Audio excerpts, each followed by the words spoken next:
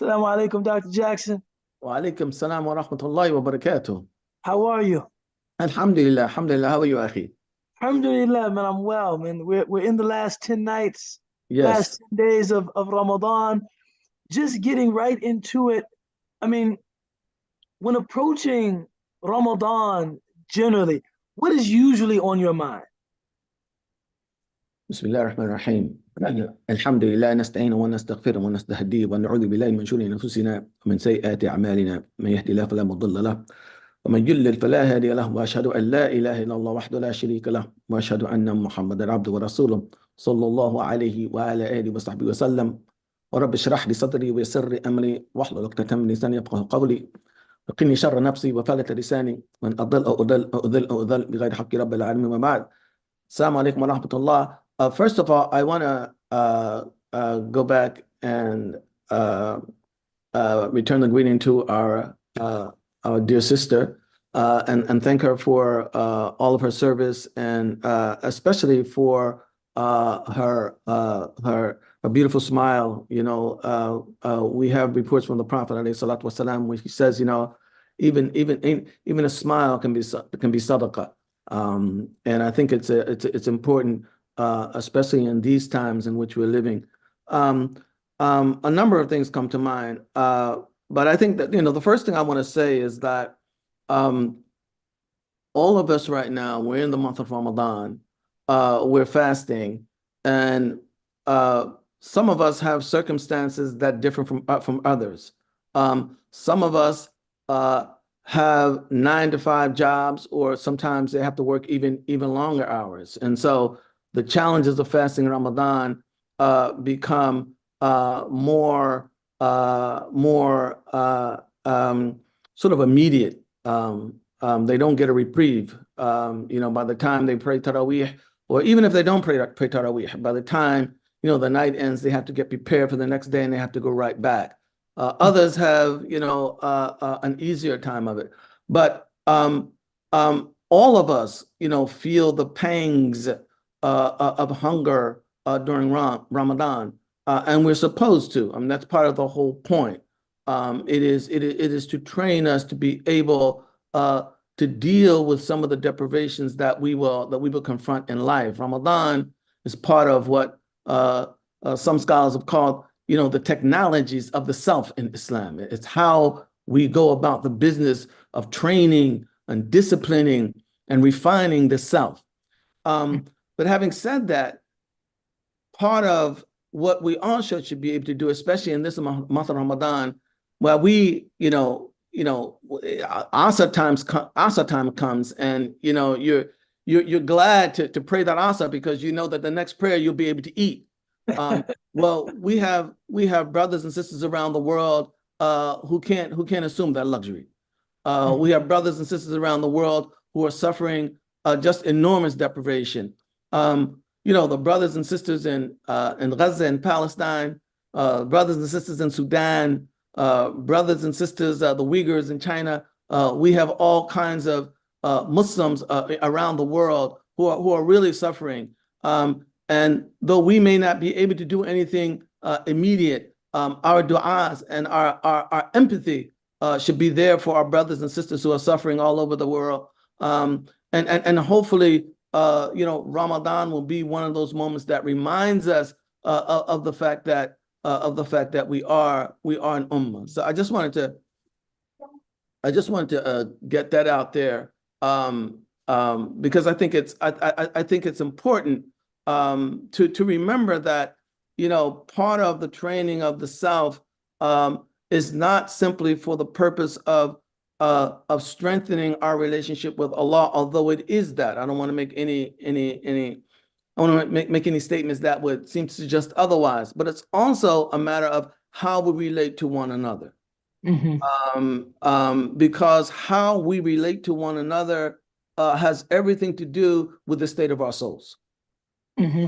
When we are petty, when we are jealous, when we are envious, when we are angry, all of those things come out and inform the kind of relationships that we have with each other. And if we look at our position in the world today, I mean, we have to consider the fact that we are what? At least 1.5 billion. We hear numbers that are higher than that, but even taking the conservative number, 1.5 billion. If the hearts of even the simple majority of us were where they should be, we would have the kind of community that could make an impact on the world to the extent of holding out a new modality of being in the world, that Islam would be setting the models rather than following the models, and we would be contributing to that. So we should be clear about, the importance of these technologies of the self for training the self, disciplining the self, refining the self, putting us in a position where we can really, truly take full advantage of all the gifts and the talents that Allah has placed in this community. So Ramadan represents to me, again, really a time for training the self. And when I say the self, I mean knowledge is important. And we're part of ALIM. That's sort of what we do. But I think that there's a that nafs, that self, which is pre-rational. I remember, Ubayd, my first Ramadans, man. In fact, I remember my first Ramadan. It was many years ago, about 45 years ago, if not more. My counting is a little off. But I remember, first of all, I didn't think that a human being could get a headache that big. It was Philadelphia. Maghrib was not until like after 9 o'clock. I was working a full-time job at that time. Get up, take a bus and 2 trains to work, get off work, come home. It's 6 o'clock, and you still got 3 hours before you can eat. And it's hot and it's humid, and then you finish that first day, and you say, shh, and then the thought comes to you, I got 28, 29 more days of this to go. And I could not imagine, how I would rise to that challenge. But the magic of Ramadan, as it were, it slowly trained my soul to the point that I could normalize that. In other words, it empowered me with the resilience to be able to go back to that challenge day in, day out, day in, day out. And so it's really important that, and along with that, I could feel myself, because there were certain habits that I had been used to. And by the way, I was a very young man. I was 22 years old. And so,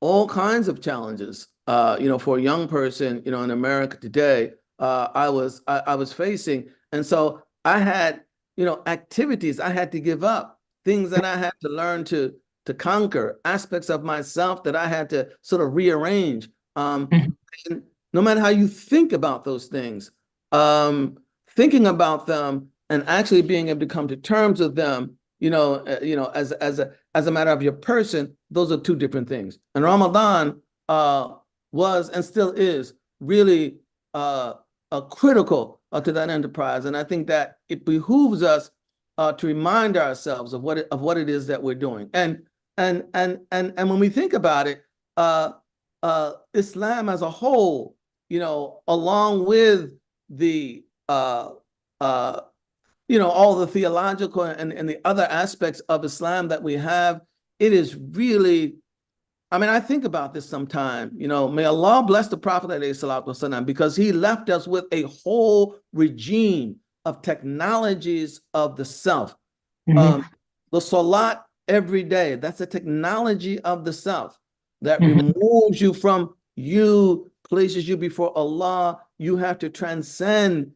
Sometimes you don't feel like making salat. Sometimes, you're busy, what have you. You have to stop that You have to put those other concerns aside. You have to prioritize Allah. And not only that, when you come to salat, you're bringing your best thoughts, all right, to bear on that enterprise. And any of those, naughty or nasty thoughts that come to you, you bat them away, because this is salat. That's right. And it's training you to be able to do that even outside salat. And so we have 5 times a day, as the Prophet said once, if a man, sat by a brook all day and washed himself 5 times a day, would you find any filth in him? Of course, they said, no, this is the likeness of the salat. That's the salat. And then we have Ramadan, all right? The same thing. And then we have zakat. And I think that this is something as a community, especially in the West, we need to perhaps pay a little more attention to. But zakat is an enormously important technologies of the self.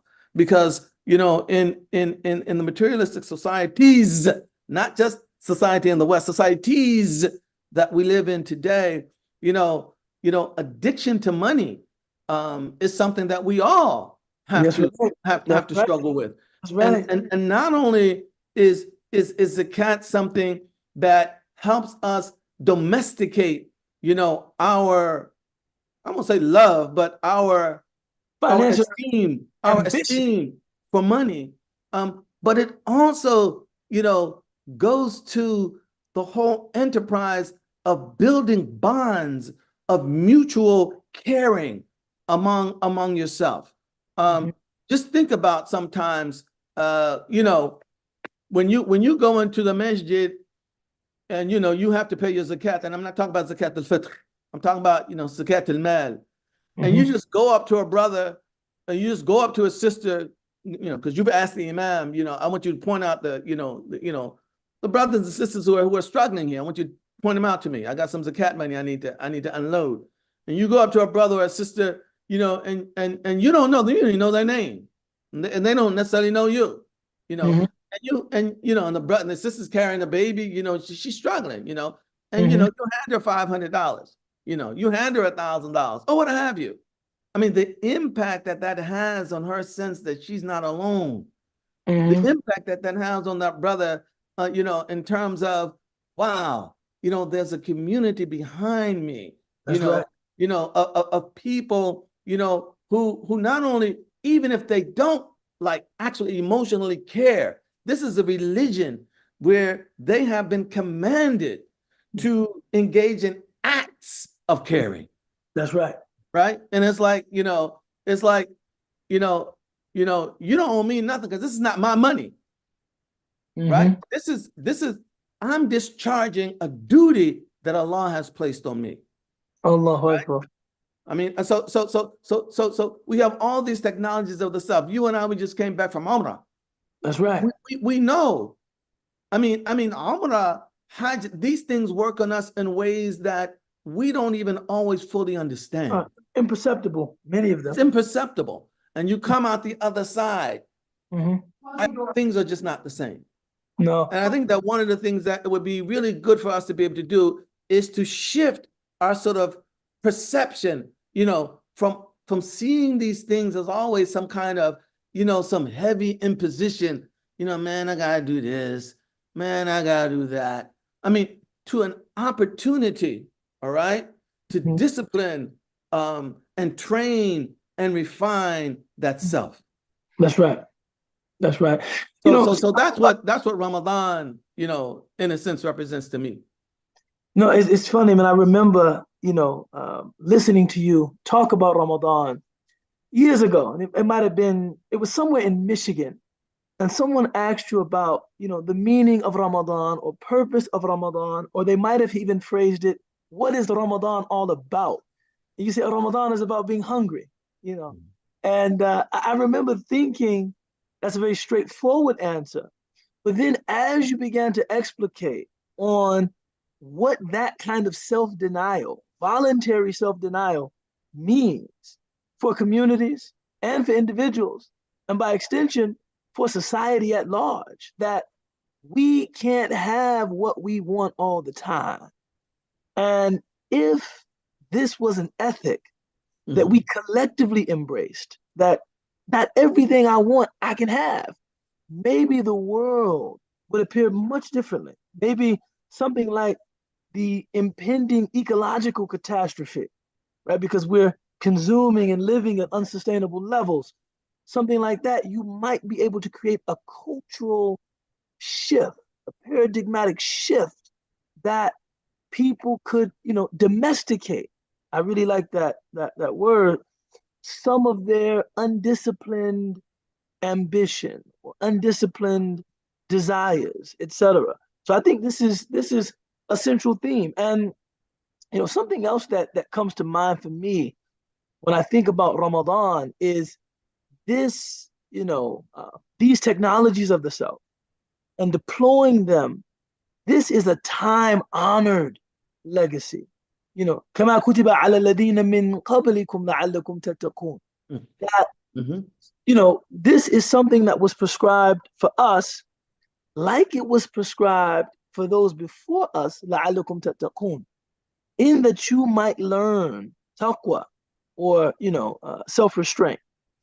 And I think to myself, subhanallah, some people have difficulty connecting with faith because something about faith suggests it's passe, it's outmoded, it doesn't, they have these tempocentric ideas about who they are and their identities. And it's like, no, no, this challenge of being a God-centered, um, principle-directed human being, this is a perennial challenge. This isn't something unique to the past, nor something unprecedented in the present.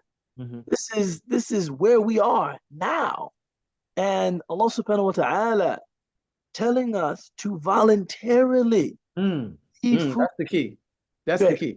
Yeah, to voluntarily give up your food, give up your drink, give up conjugal relation if you're married, not because we think this is what we should be doing, but because God said this is what is required of you. This builds, in us, amazing resilience, and I think primes us, to for with the imtithal bi Mhm. amrillah, to submit to the command of God. And Mhm. it's subhanallah, sometimes I think for people who don't have any such religious or cultural observance, Mhm. they don't have any of those technologies of the self. Um, I would imagine it would be extremely difficult to accept certain kinds of restraint, boundaries, parameters, limitation, because they literally live a Mhm. medley of yeses. Mhm. Everything I want, yes, yes, yes, yes, yes, yes, yes, yes, yes. So when you come to some place that is a do not trespass, a do not cross, if all you've ever said to yourself is yes, yes, yes, yes, yes, how do you then Mhm. summon the fortitude to say no? Mhm.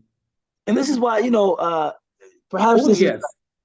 yeah, or Or yes. yes, or When you're yes, afraid or lazy, or le- or yes, mhm. yes. It's not just about restraint, but it's a, Right. you know, I once read, they asked one scholar about disciplining the self or disciplining the tongue. Mhm. And he said, when you want to speak, be quiet. And Mhm. when you want to be quiet, speak. Mhm. Right? Mhm. This, like, Mhm. where is that fortitude drawn from if you don't have a regular Mhm. practice of engaging that fortitude? So I was thinking about some of this recent celebrity news, and it's like they're discovering that some celebrities have engaged in sexual misconduct. Oh my God, what a surprise! But I think if you have a world that caters to your whim all the time, you have a world that says yes to you all the time, never says no to you any of the time. I just could imagine it being very difficult to understand when no is supposed to mean no. Mm. Well, I want to pick up on that, but I want to go back to, an earlier issue that you raised, because it brought a thought to my mind. And you talked about, people, having difficult with religion because religion. I think you said religion just represents to them all kinds of restrictions, and that's not something that they want to deal with. I think that, you know, you know, we Muslims oftentimes really don't understand, don't appreciate, don't reflect upon um, the gift that Islam really is. I mean, we don't recognize it for what it really is.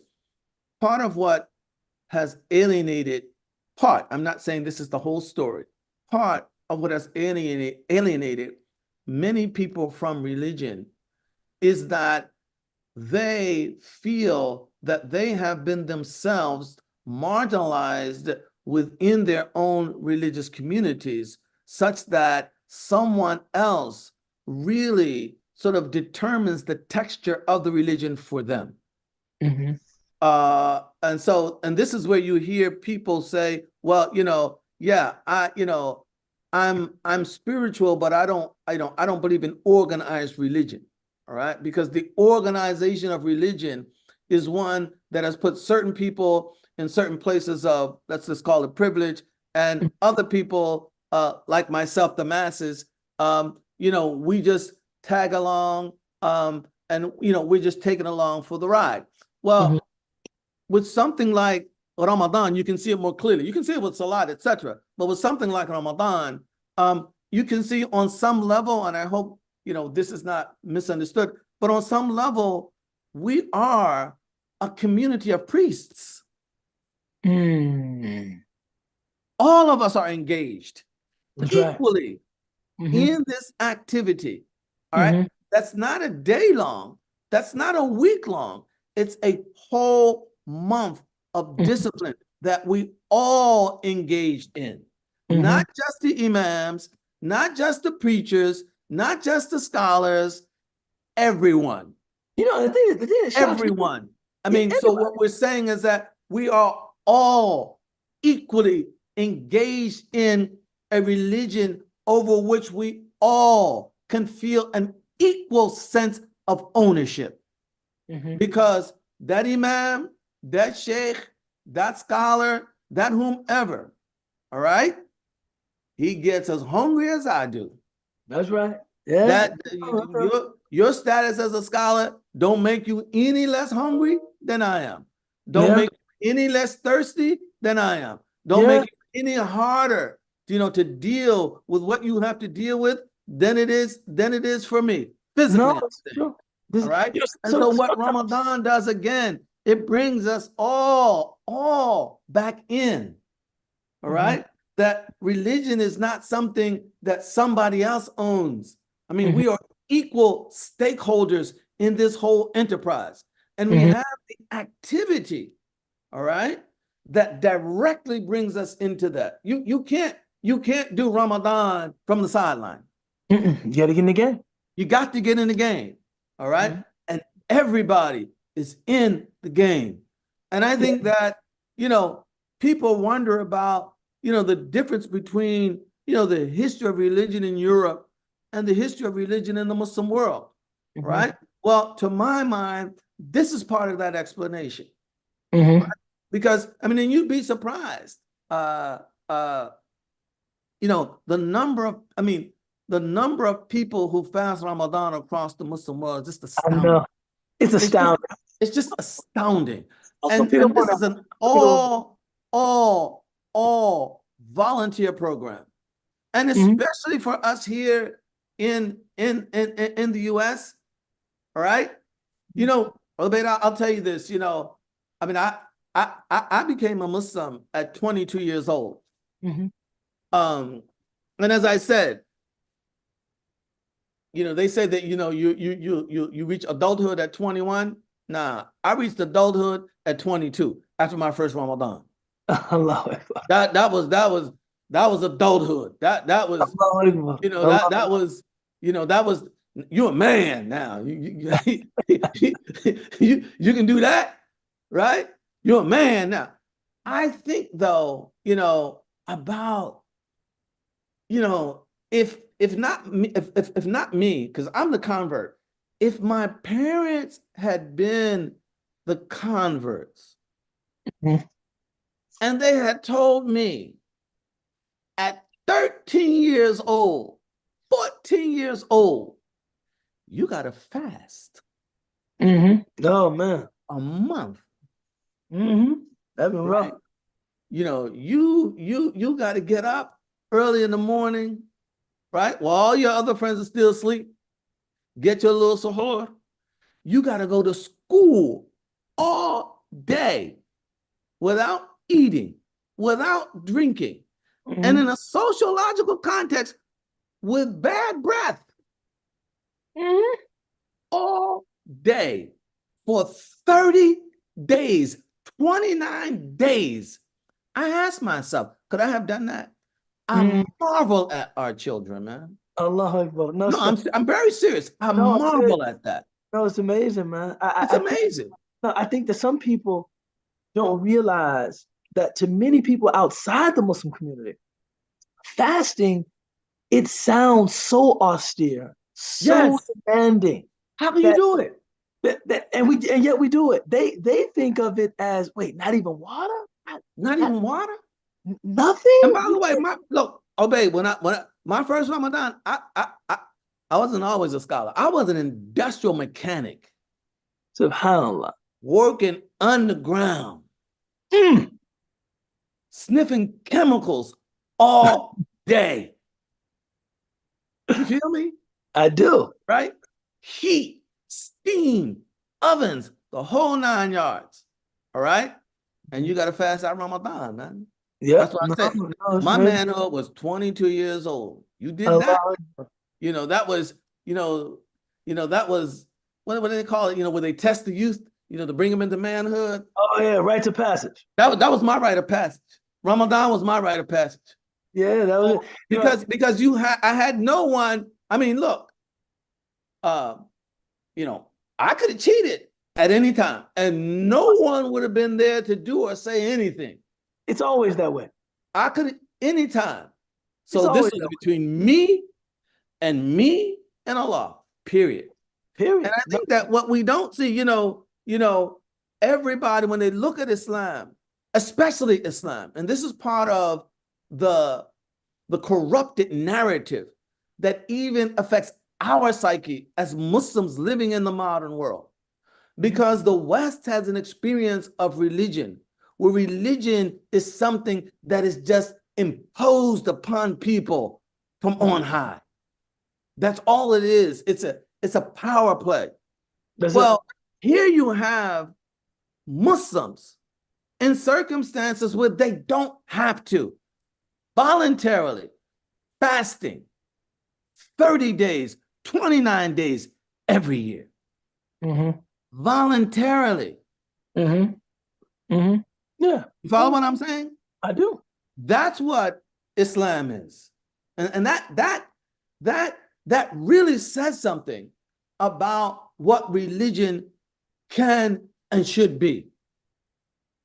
Allah has brought us to the point where we are willing voluntarily to give up the most basic human instincts for a whole month every year. And when I was younger, one of the thoughts that came to me one year, man, because it get you have some hard Ramadan, some some easier ones,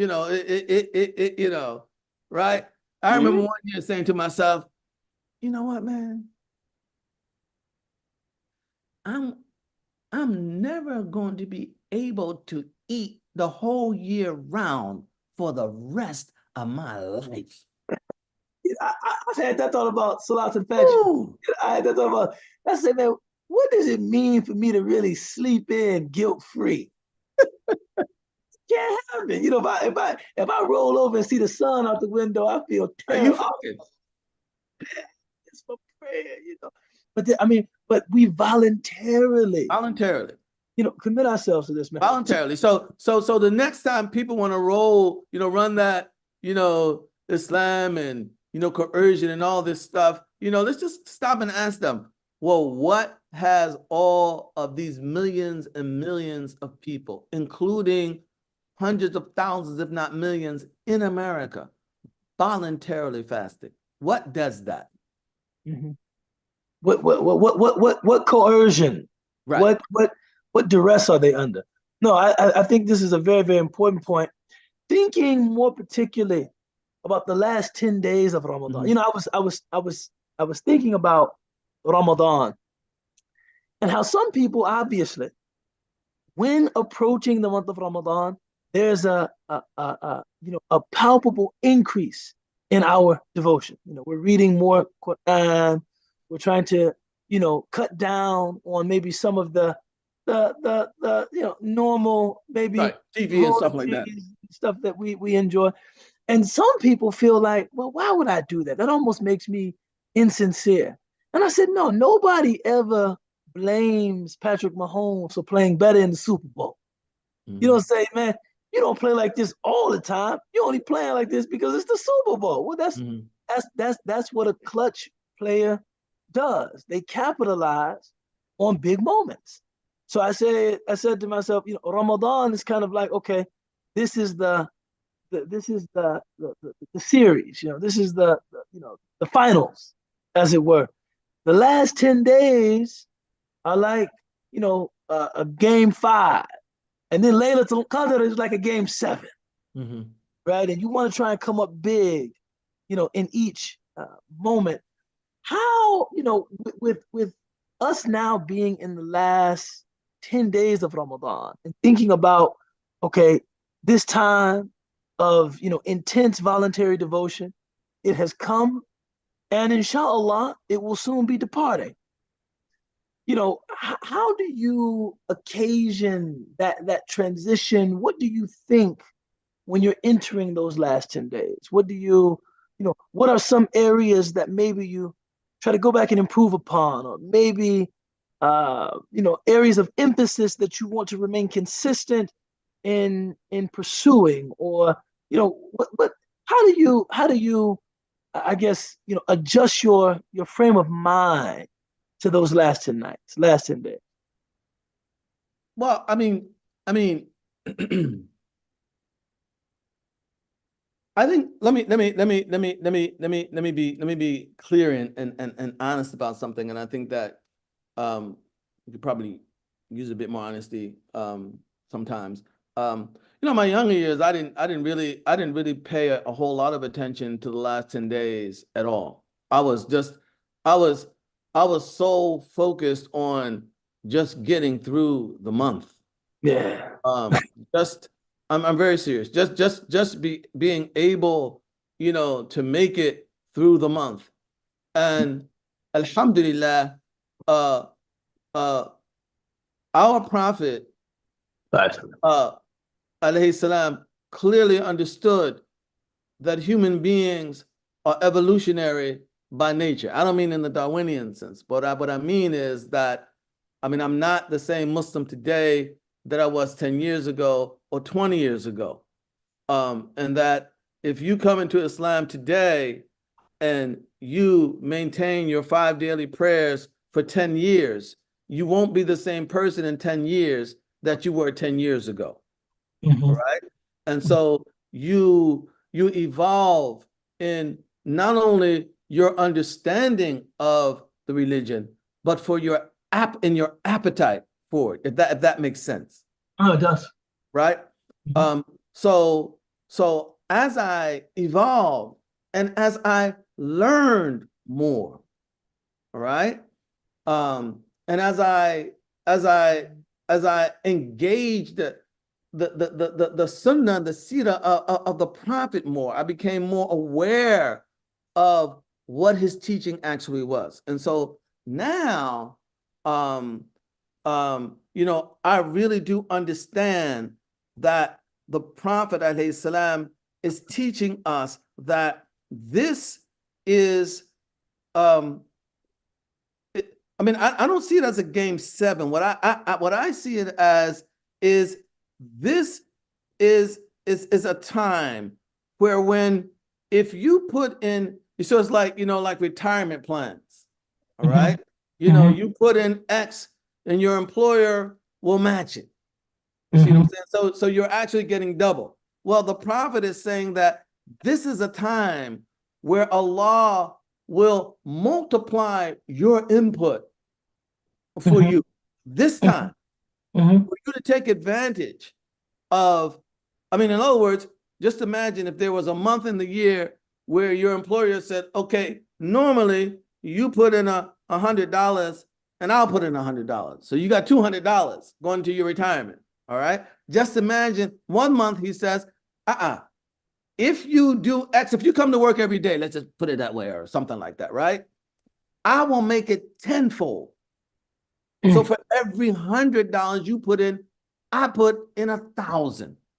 You follow what I'm saying? And so to me, the Prophet alayhi salam is alerting us to the multiplied return that we will get on our efforts.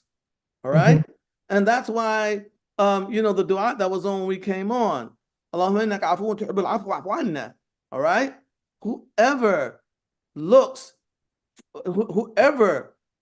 hits upon Laylatul Qadr, for example, all right, out of faith in Allah, iman, I don't use faith, iman in Allah, and seeking Allah's bounty, his reward, all of his sins will be forgiven. This is what the Prophet said. Alayhi salatu All right. So and there are details about whether these include kaba'ir. We can get into that. But this is a heightened time of return on our effort. And this is why the Prophet himself, especially during the last 10 days, he himself was extra assiduous in his practice. Yes. Everybody reports that about him. He was extra assiduous in his practice. All right. And he was more generous during these last 10 days. He was more prayerful. Not only was he more prayerful, during this time, he would even wake his family up. In other words, look,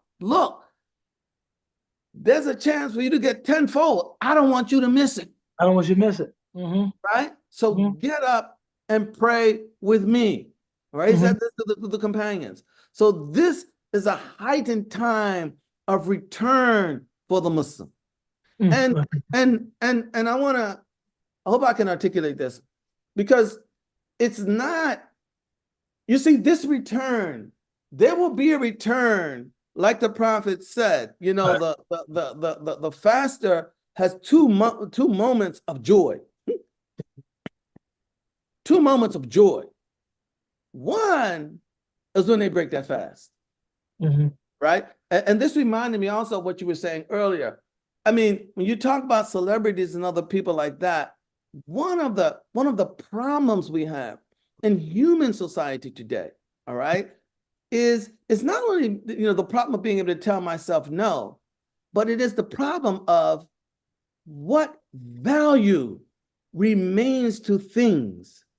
All right, when I never have to go without them. You follow what I'm saying? In other words, you and I now, we know the value of a glass of orange juice. Yeah.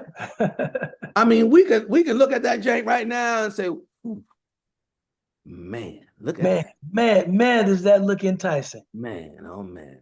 Ooh, look at that. Subhanallah. A glass of orange juice, Akhi. Condensation just rolling off the side of it. That's just rolling off the side. Rolling off the side of the glass. We can see the value of that. And for that reason, all right, we can still enjoy the simple, healthy pleasures of life.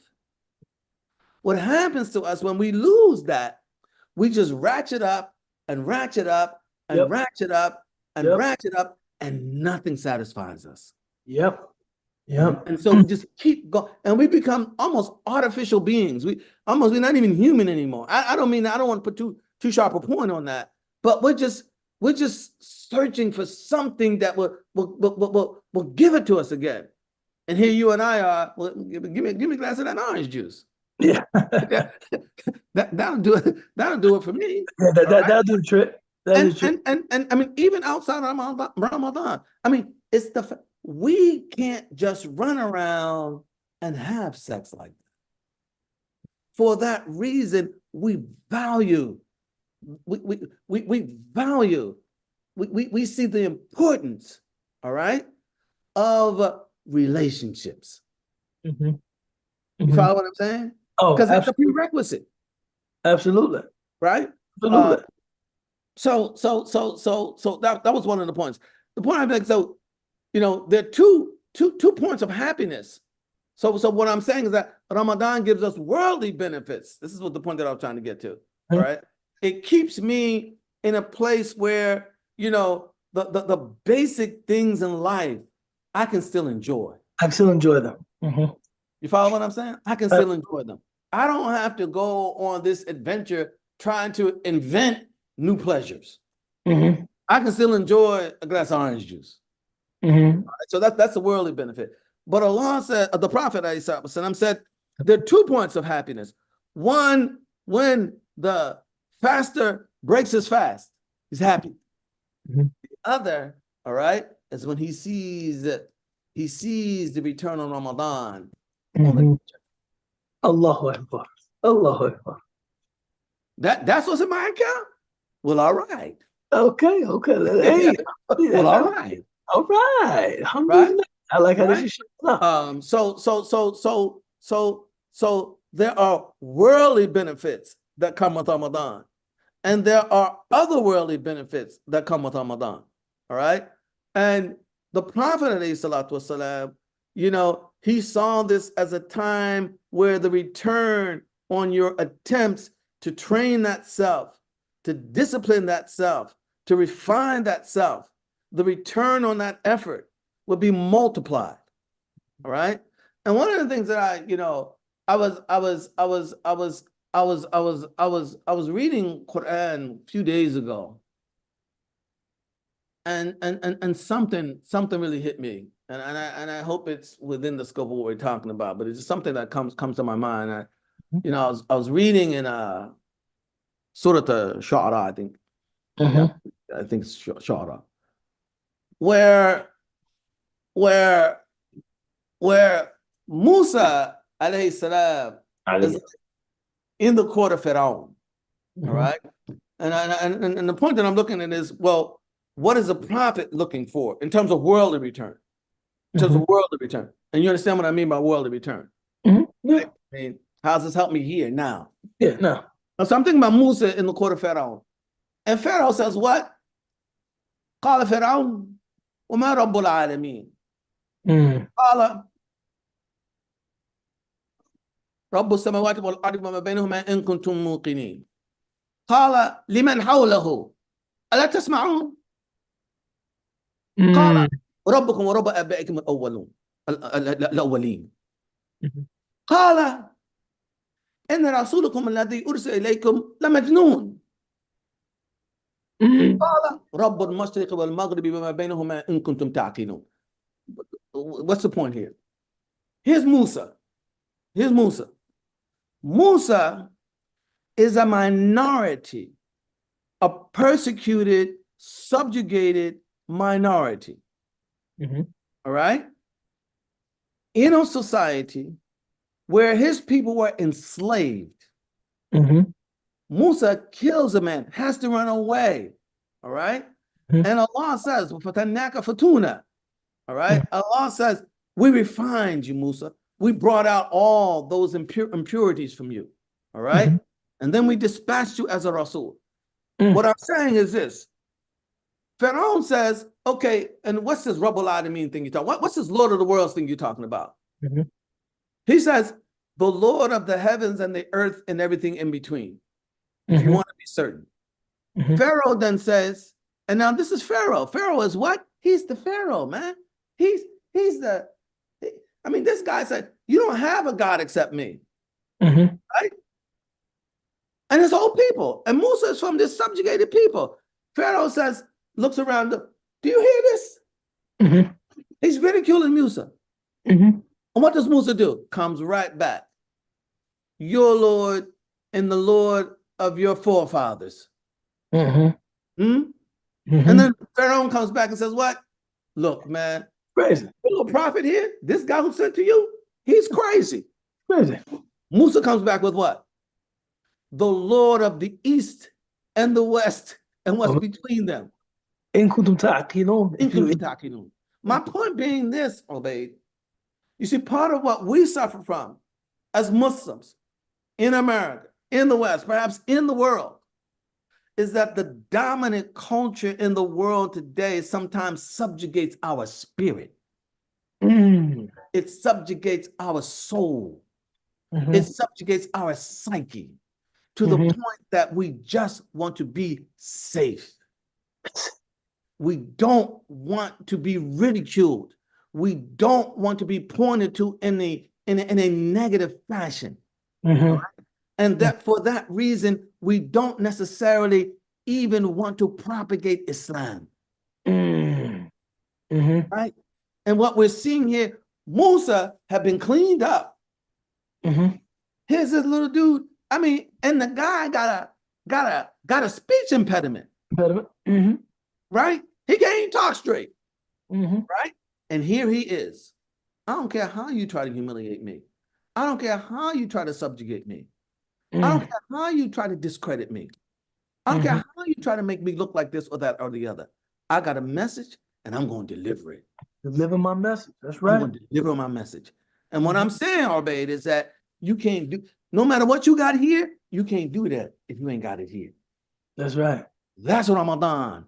That's the last 10 days. About getting that. Yeah. That's what that's about. I also, so you think about Musa, you think about the prophet. so I He's said got to deal with all this. Mm-hmm. He's got human, social, cultural pressures pressing on him all the time. Mm-hmm. He's got to have the fortitude to be able to say what needs to be said, to be firm without being mean. Yes. Yes. To be firm without being insulting. Mm-hmm. See, to be firm without being toxic. Mm-hmm. That takes a lot of balance, man. Yeah, it does. That takes a lot of balance. It's a lot of work. And that's what we're looking for, inshallah. Inshallah ta'ala. One of the other things that I think about when I think about Ramadan, I think about the last 10 days of Ramadan. I think about Laylatul Qadr. I think about, a God that has preferences. It would be, theologically problematic to say a personality, but some of us, we're worshiping a God that is merely the extension of our rationality, right?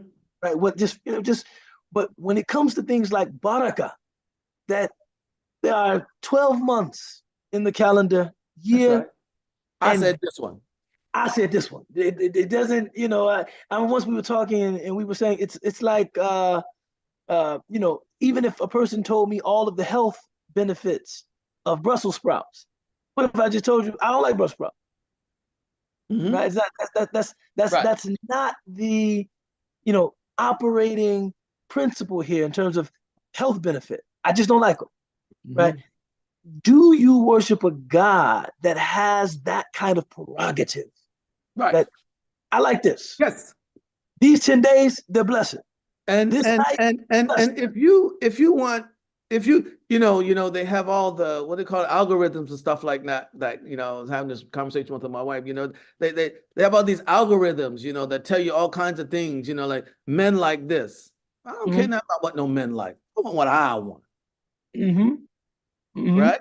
I don't care nothing about what no men like. I want what I want. All right. And so one of the things we have to ask ourselves is that, okay, if you want to please God, you have to find out what He wants, what God wants, not what you want. You don't please me by giving me what you want to give me. You please me by giving me what I want. What I want. And I think Ramadan is always an expression of that. I remember once thinking, even if we look at, what we give up voluntarily, during the time of imsak or fasting, these are all things that are good. Mm-hmm. These are all things that these are good things. None of these are, God isn't simply telling us to give up things that are bad. No, these are good things. But during this time that God Himself specifies, you're commanded to leave that off. Now, I wanna transition a little bit. Something we've talked about in the past. We've discussed previously that our community expends its intellectual capital, whatever genius it has, in many different fields of endeavor. But Quran, the interpretation of the Quran, um, inspired and empowering readings of the Quran seems to be something we don't emphasize. Mm. And it's not uncommon now to hear Muslims discussing our issues, thought leaders in the Muslim community, and we might converse 2 hours, 2.5, 3 hours. Not a single verse of the Quran is referenced. Nothing of a Quranic worldview, nothing of a Quranic perspective Mm-hmm. is referenced. Mm-hmm. And I feel like in Ramadan, whether it is symbolic and ceremonial or lived and actual, there is this return to the Quran. Mm-hmm. Mm-hmm. Why, in your view, is that important? This returning to the Quran, recentering the Quran as That's not a real question, is it? no, it's not a real question. It's a rhetorical question. Yeah, it's a rhetorical question. I mean, But I but mean, but perhaps it's better to elucidate on what we as a community gain from that. well, I think maybe we may be able to gauge it a bit more immediately by considering what it is that we as a community lose from not engaging the Quran. But I think that before I go into that, I think that as a community, since you raised it, we have to be honest about a number of things. All right. I've said this before. There's the British philosopher Karl Popper who said, successful civilizations are not those civilizations that never err, that never make a mistake. Mhm. Successful civilizations are civilizations that have built within them the means, the mechanisms, and the will to detect and eliminate error. Mm-hmm. They have the means and the mechanisms, and then they have the will to detect and eliminate error. Mm-hmm.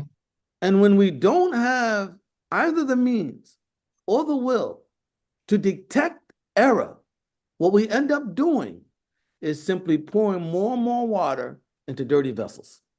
Allahu Akbar. And expecting that to deliver the goods. Mm-hmm. When it comes to the Quran, we have to be honest about the way that we have modeled some of this stuff, right?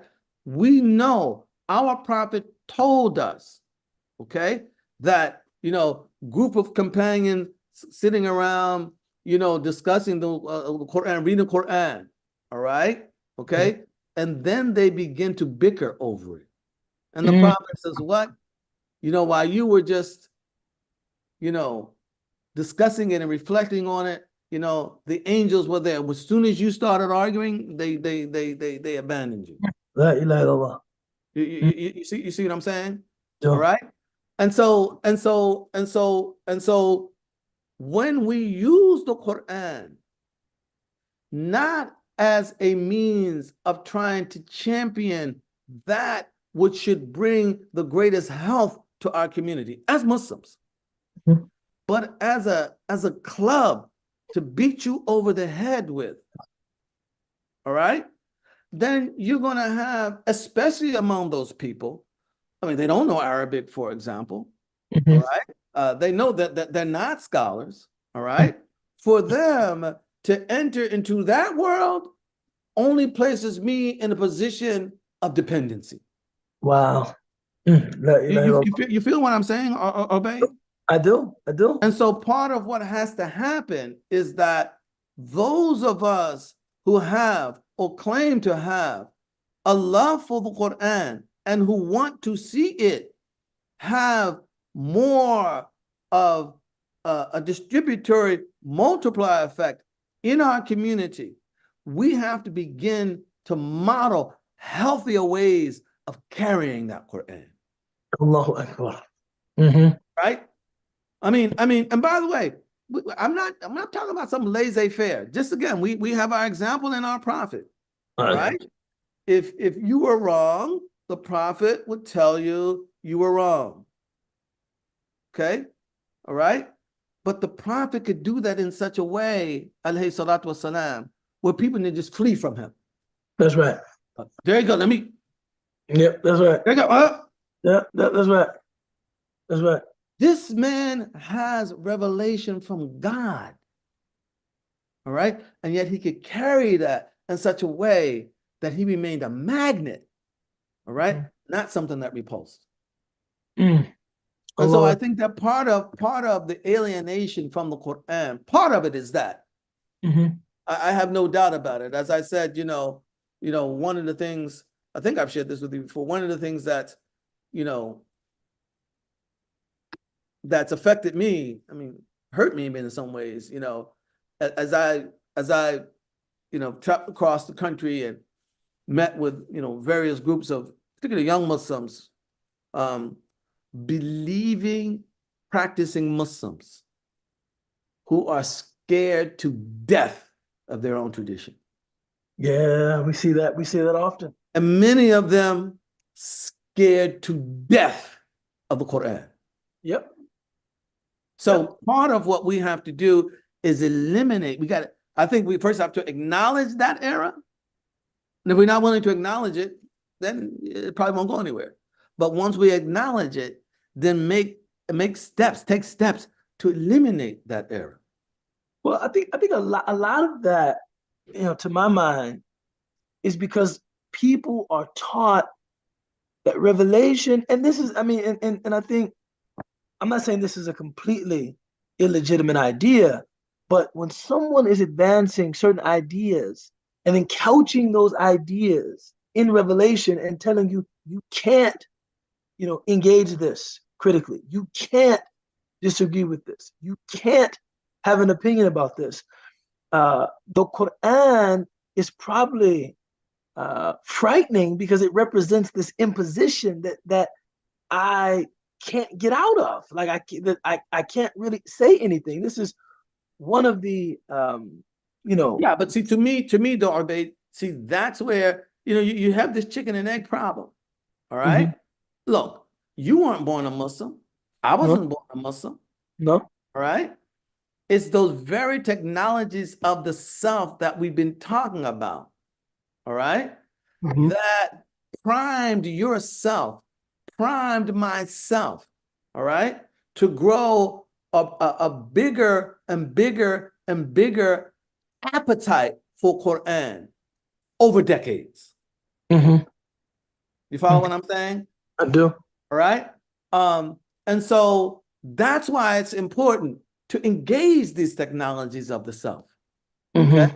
Because in so doing, myself will be primed, all right, to want more of this guidance from the Quran. That's right. And to see it as guidance. That's right. And to see it as something that has a positive effect on my soul. Follow what I'm saying? So on the one hand, you have the problem of the way that some of the carriers of Quran are carrying it. All right. And just to be clear, I would include myself. I'm not Hafiz Quran. I'm not trying to elevate myself, but what I'm saying is that, anyone who's a scholar, to whom people look, for scholarly insight, they're a carrier, or they should be in some way, of the authority of the Quran. Absolutely. All right. And so you have, some of the ways in which we've miscarried that on the one hand. Yes. But you have on the other side, people, Muslims, who neglect Islam's technologies of the self. all right, to the point that their souls are not conditioned to receive Quran or have an appetite for Quran. That's So right. we have two sides of this equation that we gotta work on, Yep. right? It's like, you know, some people's, attitude toward the Quran is like, it's like, I think it was Saint Augustine who said, what? Lord, make me pure, But not yet. but not yet. Not yet. Not yet. Mhm. There's still some things that, and so we know, and you and I know from experience, all right? Sometimes reading that Quran, it ain't the most pleasant experience. No, sometimes Because he's talking about me. sometimes you might be told Sometimes you read something. that Quran, it's like, You might be told something about yourself that you need to man, that cut address. deep. Yeah, of course. Right? So sometimes, the problem is that people understand that we're so addicted, to our status quo that we fear anything that we think may come between us and that status quo, and suspect, rightly so, that the Quran will do that.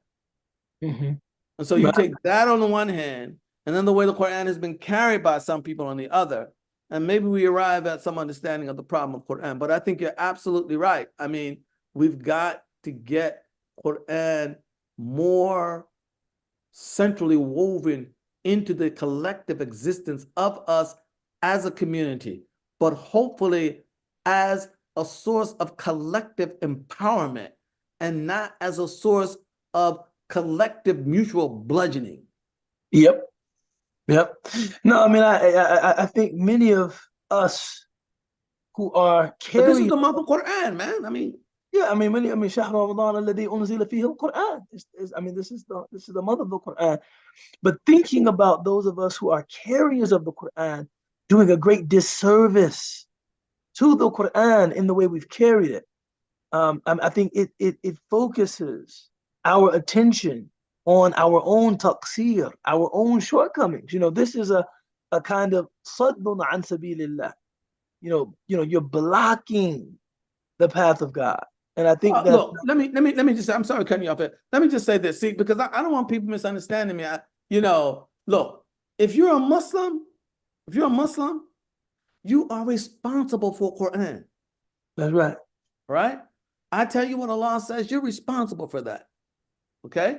Now, having said that, however, all right, there are ways that I can do that, all right, that promote one effect as opposed to another effect. All right? True story, man. I was in Texas. I was living in Texas at the time, and there was a Sheikh Azhari from Egypt, Sheikh Al-Askar. Still remember his name. And he came, Azhari, right? And he came to the masjid. He used to give the khutbah on occasion. And he was working with us. And I remember, but he spoke no English. And I remember there was an occasion in which a Muslim couple had an issue. And so they wanted to speak with Sheikh Al-Askar to help them with their issue. And as I said, he didn't speak any English, right? So he asked me to come and sit with him and this couple to translate for them. Okay? So I sat and I translated to the couple. I mean, this is a Muslim couple. I mean, the sister was muhajjaba, everything. It's a Muslim couple. So I sat and I translated for Sheikh Askar. And so after the couple left, he turned to me and he says, Sheikh Abdul Hakim, لعلك تسأل لعلك تتساءل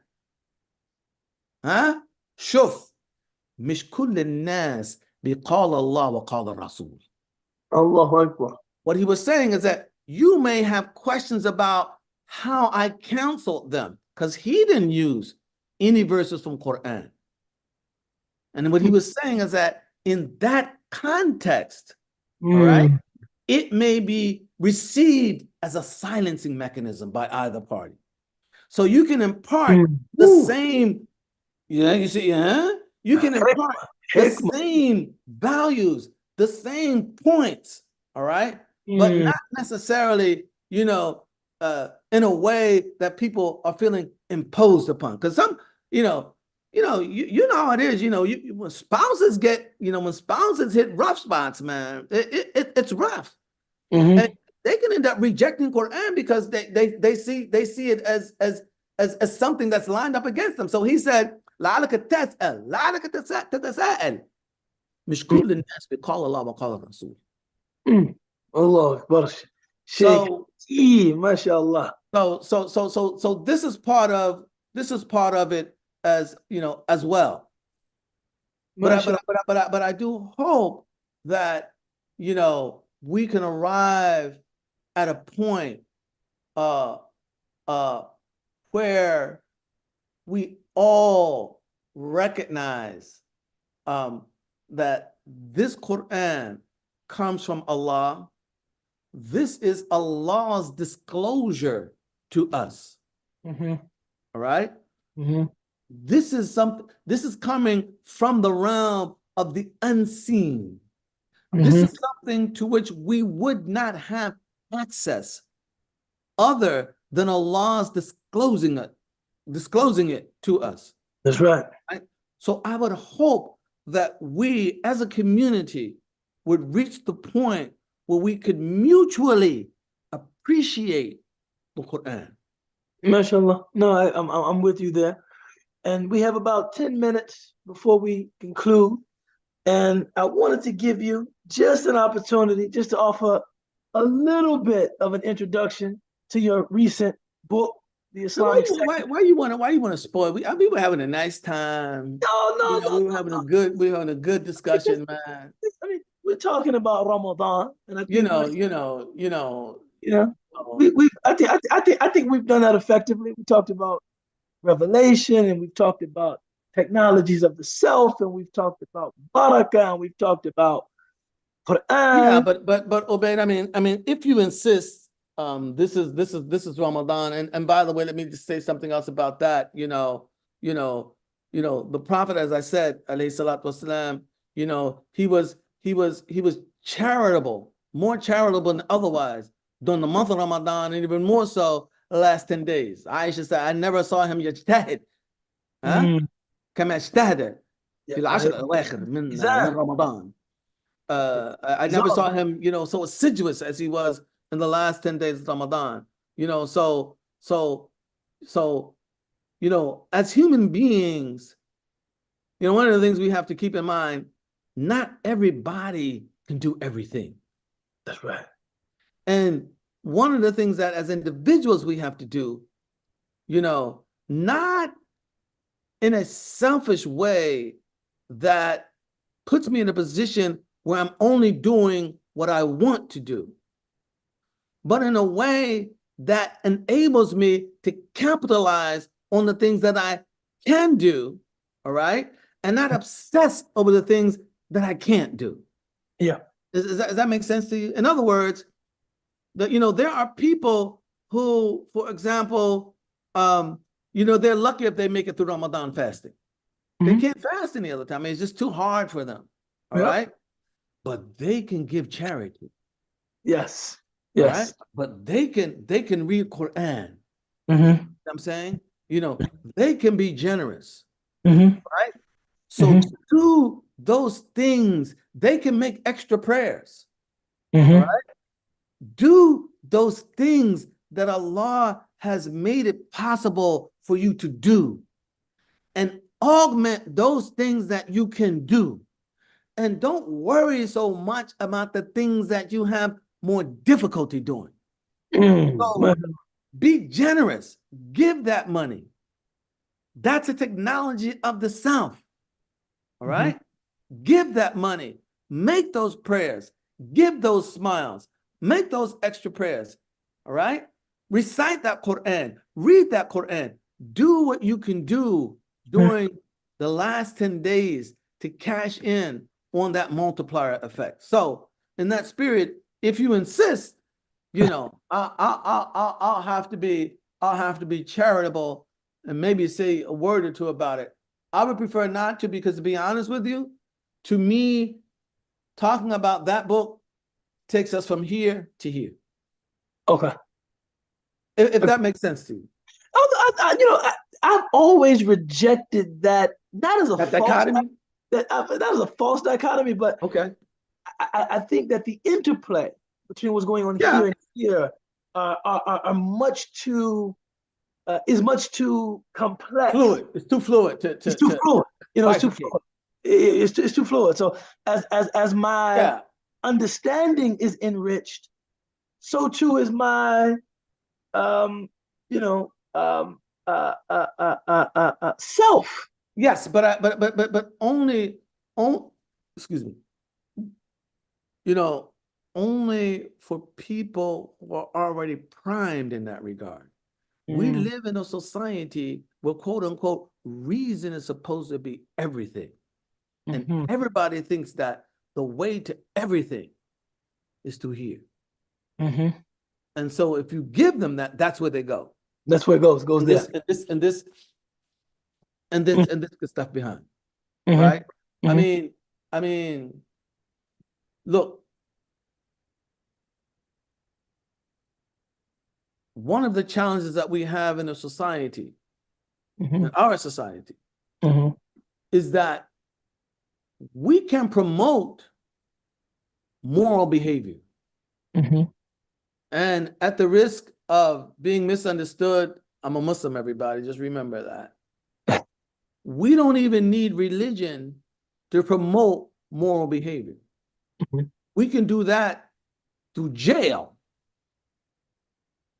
Right? We can do that through attacks on social media. You follow what I mean by that? In other words, anytime you cross a moral line, we can punish you in a way that guarantees that you'll go back into the bounds. All right? We can do that with a malicious gossip. We can do that with gulags. We can do that with, with jail sentences. All right? And that's what we try to do as a society. Right? We do nothing but throw rules at things. Okay? And we end up with more and more and more and more rules. All right? What we do need religion for, all right? And what we as Muslims do need Islam for, all right, is not to make us behave in a right way. All right? As I said, other things can make us behave in the right way. What we need Islam for is to make us want to behave in the right way. That's right. That's why this fasting is voluntary for us. Because we want to behave in the right way. We want to behave in a way that's pleasing to Allah. We don't want to behave in a way that's displeasing to Allah. And part of the mission of Islam in the world, and especially here, if you ask me, is how we work on preserving the purity and the primacy of that want. In other words, we may have people who ain't there yet. Yeah. All right. And by the way, Ubayd, you and I know some of these people. Yeah, no. We know, I know some of the brothers will tell you, look, I ain't, I'm still, I'm still trying to turn the corner. Yeah, right. I'm trying to figure this out. But it is beyond question, all right, that he still wants to be pleasing to Allah, and he will never challenge anything Allah says. Allahu Akbar. Beautiful. What I'm doing is haram. Why? Because Allah said it's haram. And I ain't going to try to chop it up, paint it red or anything like that. I'm just not there yet. I'm just not there yet. All right? Yeah, to preserve the primacy and the purity of that want. That's our collective mission, Akhi. MashaAllah. No, beautifully stated. I think that's our collective mission. Yeah, that's right? Because now we got people, they don't even want to, And the dominant culture gives them all kinds of alternatives, to that one. Yep. And they can start arguing with Allah. La ilaha illallah. La ilaha illallah. You talking about Quran? That's part of it. All right. So, and this is what's so important, about Ramadan. And now we're in the last 10 days. All right. This is an opportunity for all of us, not only for ourselves, but for the people around us, to try to heighten the purity and the primacy of that one. It always had an impact on me, when I read the hadith of the prophet, where there's a guy in the life of the prophet. Today we probably say he was an alcoholic, but he used to drink wine, and get drunk, and the companions catch him drunk, they whoop him, right? Later on, he back to it again, okay? They catch him whooping. So one day they catch him, they whoop him, and they start cursing him. The prophet of God, alayhi salatu wasalam, says to them, don't curse him, for I have only known him to love Allah and to love his messenger. He's doing something wrong. He wants to do the right thing. Now, people might say, well, that's pretty cheap. You're wanting to do the right thing. It's not the same as doing the right thing. But it's that collective want that maintains the standard of behavior that we should face as a community. That's right. You follow what I'm saying? Yeah, absolutely. That's where it is. Yeah, with that collective want, it ensures that we won't move the goalpost. There you go. There you go. I might be here or here, but the goalpost is there. It's there. It's there, and it's not going anywhere. It's not going anywhere. No, just that's what modernity threatens us with.